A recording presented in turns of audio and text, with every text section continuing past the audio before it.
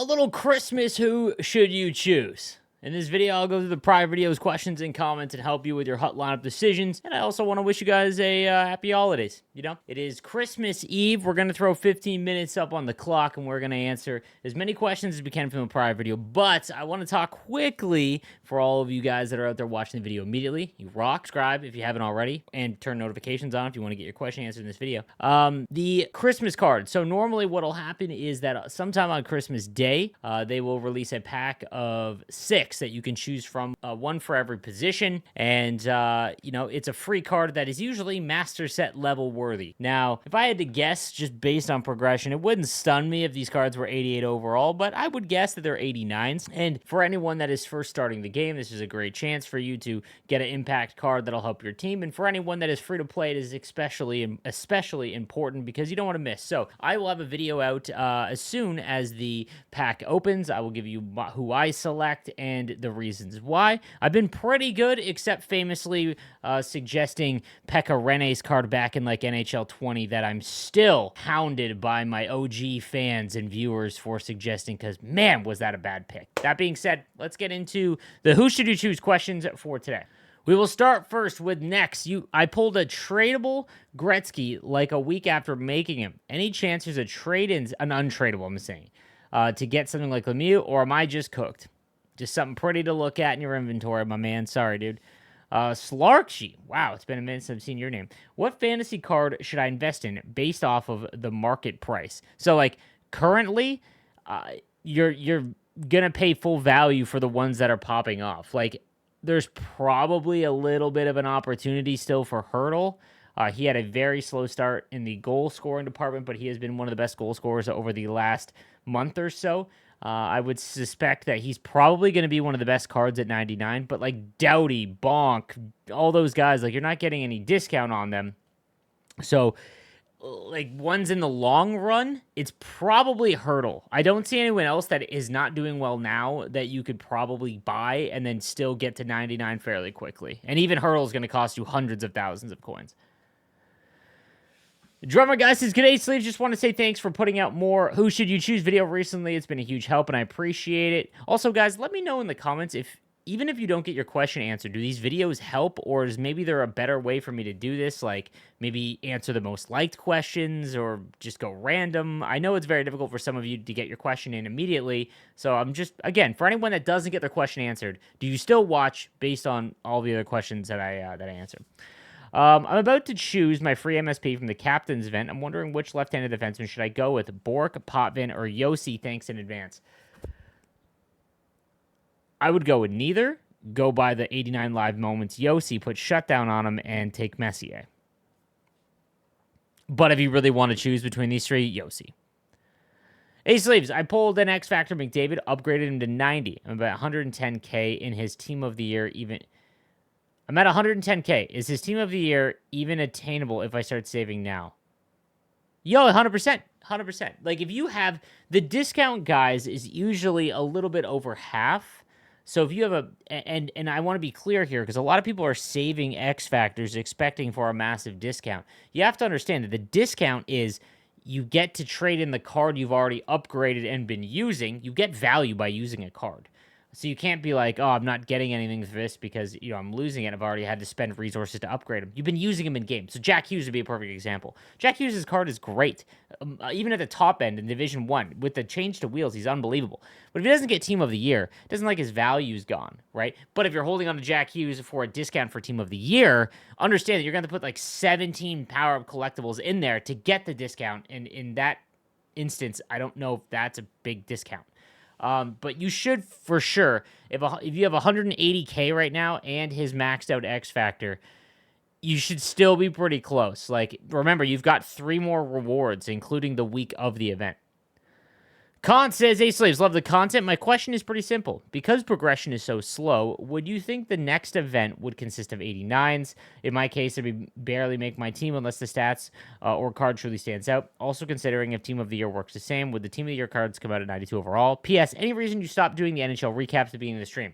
A lot of questions there. This came out before the Nations of Hockey event, so I would have said yes, 89s. It looks like, guys, I haven't. There hasn't been really a jump for 2 years. I'm sure if you went back and checked, maybe you could fact check me, but it's been +1 over all the MSPs every single month since last year. Last year, progression started even higher though, so it went a little bit longer in terms of like the overalls. We started at 86s this year, so I would suspect January we get 89s, maybe 90. Maybe there's a jump then, because I can't see like the event after Team of the Year, if it's an 89, no one is going to care.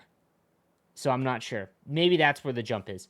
And yeah, like the downfall of slower progression is obviously you're not always amped up for the new event. Like in prior years, every 2 weeks, the new hotness was out, right? Like there was always something to chase, right? Because of how it works now in the slower progression, you know, unless the card has like a perfect build. And the Nations of Hockey event, awesome that they're doing World Junior. This is what the Nations of Hockey event should have always been, because they always did an international flavored event in the wintertime, but it was never about the World Junior players, which was so dumb, other than like the face cards that were like +3, +2 and all that. And that could have been with the IHF rights and all of that, which had a large part to play in it. But them doing a focus on the World Juniors is 100% the play, because that's what's going on. There isn't an Olympic event or a World Championship, right? It's the World Juniors. But the problem is that they built them like their World Junior careers. Ryan Ellis is a perfect example. Justin, like his card makes sense, but in game, terrible. So it's always a battle there. Team of the Year is probably going to work the same. I would guess every card would be at 91, maybe 92. Like they'll bump up anyone that isn't there. And then if like McDavid gets one, he would go one higher than what he already is. I'm not sure, because sometimes there's a staggered one where they just get a +1. Like I remember one year, if memory serves, like let's say Matthew Tkachuk gets one. Usually they would have made him like an 87, right? Because they hasn't gotten one. So any reason you stopped doing the NHL recaps at the beginning of my stream? Yes, I don't have enough time. So because I'm doing more YouTube content as the year goes along, it's more important for me. My Twitch streams are about 3 hours long. There just isn't enough time for me to go through the NHL recaps at the beginning of the stream. I did love doing them, but it's just unfortunate I ran out of time. Hey, Slaves, I have about 13, 14, 85 overalls from the Captain event. Should I save them for Team of the Year or make 1 or 2 88 MSPs? Yes, 100% save them. 100% save them. I love the vid, Slaves. I have a lot of questions, but right now I'm just wondering if Hut Champs Aho is worth upgrading, or should I just find another left hand? Oh, 100% go find someone else. Even base McDavid would be better than him. Funny question for you, Slaves. To change it up from the Team of the Year questions, if someone said they were from France, are you saying bonjour, brother, or are you switching up to saying hola? I'd probably just say hello. I don't know. Bonjour is just kind of the thing. I mean, maybe it just makes sense. Hey, Slaves, love the content. I was wondering how many Team of the Years you think I'll be able to make if I have 188, 487s. I don't think 88s will be able to trade in. 487s, 386s, 785s. Like, if you go back and look at my video, man, on preparing for Team of the Year, you can do the math. I don't know off the top of my head the math you'd be able to do. X Factor McDavid fully upgraded, then yes, I could guarantee you will get McDavid, and probably at least one more. Hey, Slaves, I have 200K saved up, maybe 10 to 2085 saved up, but I will be gone and won't be able to play for 2 weeks. Any chance I'm able to participate in Team of the Year, or should I forget it and do team builders? You might be able to. I think you'll be able to. Again, guys, the value is going to be around 700K, 800K to make the cards. So, how many of the 90 team builders should you make? Will there be more coming out? If so, when? Yes, they will always go to 99 at the end of the year.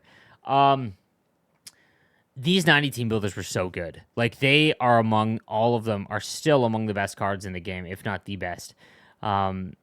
So, especially the defenseman, because we haven't gotten a right-handed defenseman that isn't Cale Makar or Noah Dobson. So, I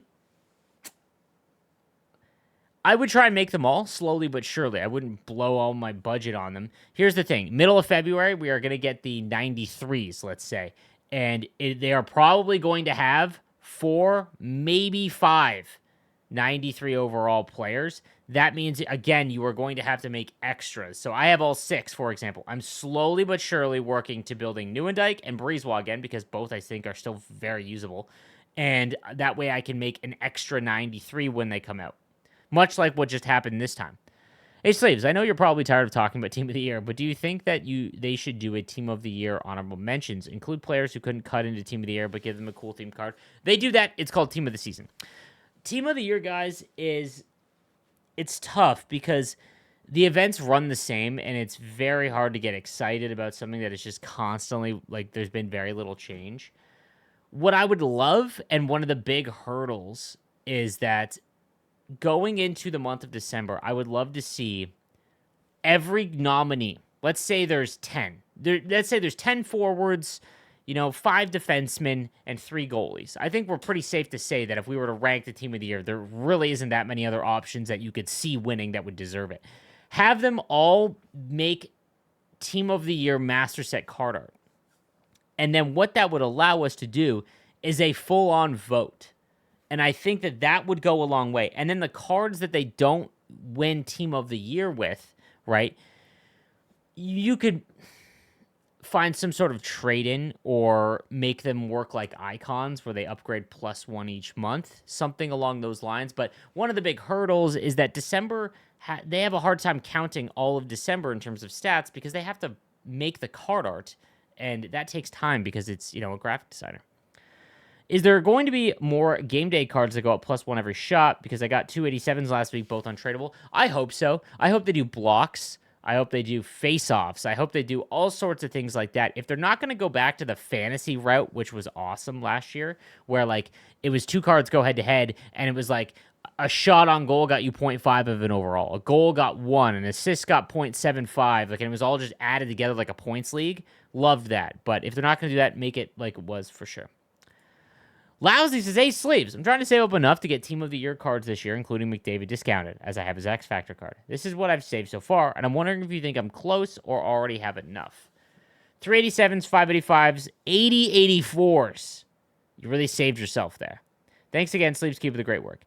At 8084s, I would be pretty stunned if you aren't able to make one, because you also have 3383. Yeah, you're going to be able to make McDavid and one more. Won't there be a female Team of the Year? Also, who would be better, Nasher 87 or 87 Game Day Carter Verhaeghe? As meme as it is, Nasher's 87 overall card is fine, and his shot is, like, very good. Stupid Telfer. And yeah, I'm assuming there'll be a female Team of the Year, for sure. I don't see why there wouldn't be. Hey, Slaves, should I keep Bonk as my right-handed defenseman, or should I sell him for Team of the Year fodder? He has been awesome for me, but it looks like he's going to be stuck at 87 for a while with the World Juniors coming up. Man, when players in the OHL, again, I work for an OHL team. From my experience, when players go away to these international events, I'll use the Ice Dogs as an example. Ryan Rubrick and Ethan Zada, 2 of our 16-year-olds that we drafted 2nd and 5th overall in the OHL draft this year, they went to the under-17s, and both came back way more confident. And Bonk is already an NHL defenseman, but let's say he wins gold or has a very good World Junior run.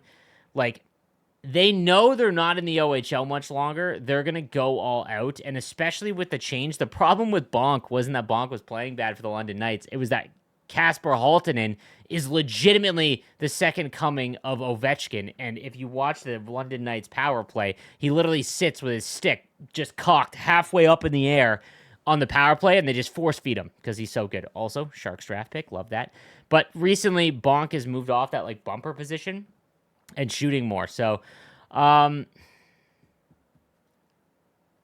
here's the thing. Team of the Year, guaranteed to have a 99 at some point. They're also going to have insane amount of abilities. Yes, I would sell all of my fantasy. I would sell my fantasy card to get Team of the Year for sure.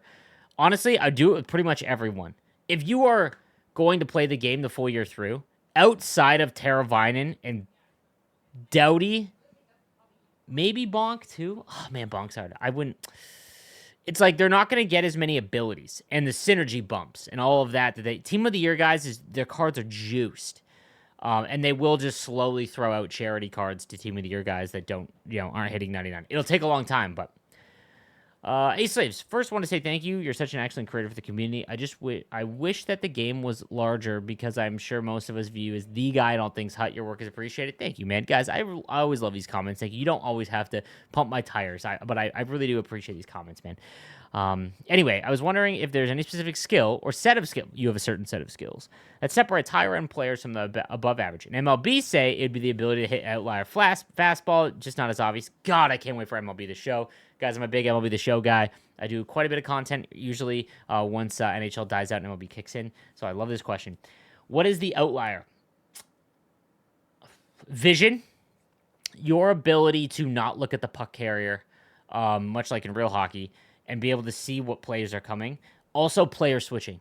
The ability to switch to the exact player that you want at the right time really separates defensively the top end players. And then knowing like the I hate saying glitch goals, but knowing the ones that take harder mechanics to pull off and being able to do them without thinking at all is probably what separates you. Getting great in MLB is far more difficult than NHL, but getting good at NHL is a lot harder than getting good at MLB, if that makes sense. But the separators are definitely like they're player switching, vision, and then knowledge for sure. Would love to hear your thoughts to see if there's any skill that can be improved to get out of that 12-ish champs wins and low Division 2 purgatory that sort of feels like banging your head against the wall. Brother, I'm in that. I live that now. I just accept it. Really, the separator, guys, is learning those goals that separate you from the rest of the player base. Like, I'm never going to show you guys the glitch goals because I think that it's lame. I honestly do. And I know the damage. I understand the damage that if I showed you guys how to do glitch goals on my channel, that the Division 4 guys, the Division 3 guys, it's all you see, which is a big reason as to why I didn't show you guys the glitch wrap in NHL 23, even though everyone knew it because it was so easy and so widespread. But it's watching your gameplay back. I don't know if there's a sports game that you would benefit more. No one wants to watch their game back. But if you really want to get better, you've got to learn exactly how your players react when you hit a button. So the stride dekes, the spin moves, the toe drags, you have to know exactly how your player is going to react in that situation. And then you have to be able to read what a player is looking for on the breakout and things like that. And that's only really going to happen if you watch back your losses. And not everyone has the time to do that, right? So what I've come to learn is just to accept that if you're going to play HUT Champs and you get 12 wins, that's fine. Honestly, it's much more boring for me. I actually like Rivals a little bit more now than Champs because I know I could sleepwalk through 12 wins in Champs. It's just what I'll get. And maybe I get 14. I got 14 once or twice this year. I get 13 every once in a while, but I'll get 12 is pretty much my minimum. And I know a lot of players out there, at least in Division 2, there's something to chase for. Like, at least you know that you can creep up in Division 1, and that's slightly a bit of a chase. But it's the same thing. Like, you've got to learn. Those are the things, man. I love the question, though. Absolutely love it. Guys, thank you again for all of the support. Just past 57,000 subscribers on YouTube, which is massive. And be sure to check out the streams, guys. I stream live every single day. If you work an office job, almost all of my audience are just 30-year-olds like me that love hockey, want to play the game more, and just want to hang out during the afternoon because, well, that's the whole reason why I started my channel. I was that guy, working at an office, just looking for something to watch on my second monitor. So thank you guys again. Have a safe holidays, and I'll see you tomorrow with the choice pack selection for Christmas. Also, one last thing, guys, don't be forced in your selection. If you open up the pack for Christmas, your Christmas card, remember, you can dashboard by hitting the middle button, the Sony or the Xbox button, closing out your game before you make your selection. The pack will still be there. You can make your choices. So don't get stuck and think that you have to make a choice before you know. Have a good one, guys.